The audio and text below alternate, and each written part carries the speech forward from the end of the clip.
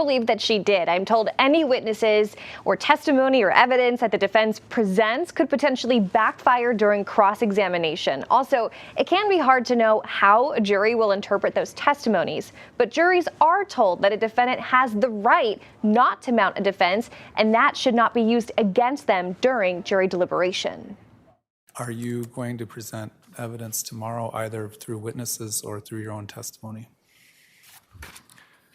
No, Your Honor, the defense will rest. In a shocking twist of events Wednesday, Vallow Daybell, who is representing herself in her own murder conspiracy trial, decided to rest her case. She made that call without ever calling a witness to the stand or defending herself. You really just have to make a decision on a case-by-case basis.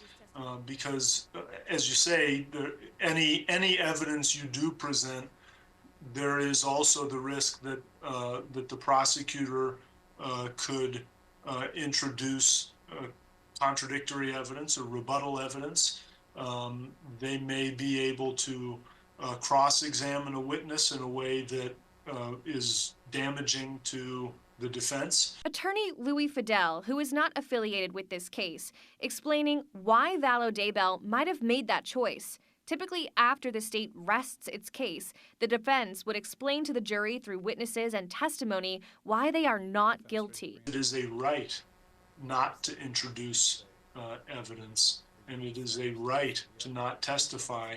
Juries are not to use that against somebody. Fidel says it could be in her own best interest to not mount a defense, as it could go haywire during cross-examination.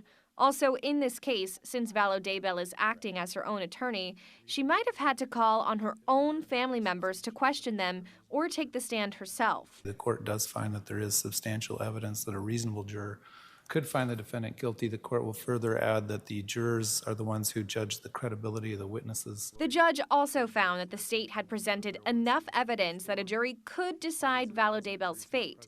But Fidel says that doesn't automatically mean they will find her guilty. The burden of proof for a case to be submitted to a jury is significantly lower than the burden of proof for a jury to decide that somebody's guilty beyond a reasonable doubt.